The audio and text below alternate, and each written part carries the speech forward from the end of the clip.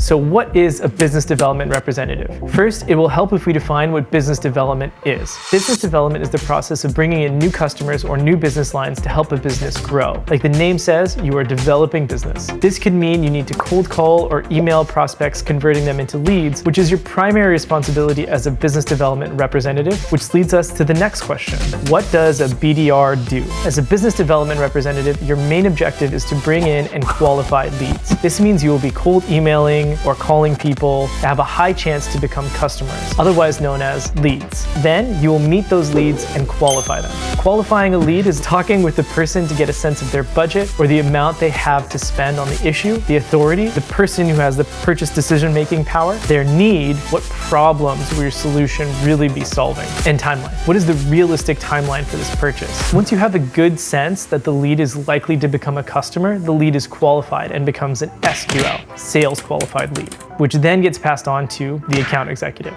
What are BDR targets and KPI? As a business development representative, your targets would likely be number of demos scheduled with account executives, number of qualified leads, and assisted revenue. Assisted revenue means that the lead you brought in was closed by another sales function in the company, whereas direct revenue would be coming from a deal that you closed by yourself. As a BDR, you will not be in charge of closing, only qualifying the leads. So what skills do you need to work in business development? Hard skills. As a BDR, there are very few hard skills that are essential. There are basic computer skills and sales tools that you will need to use. And of course, you need to be well versed in the tools that you are selling to be able to answer any questions that your customers may have. Soft skills. A big part of working as a BDR is cold outreach, emailing or calling a person or business that you have had no prior communication with. This means you will need to get over any hesitation you feel about calling or emailing or messaging strangers. Also, your listening skills would be honed in any BD role, but because of the focus on really getting to the core needs of your clients and then having to convey those needs to the account executive team, your communication skills would be taken to a whole new level.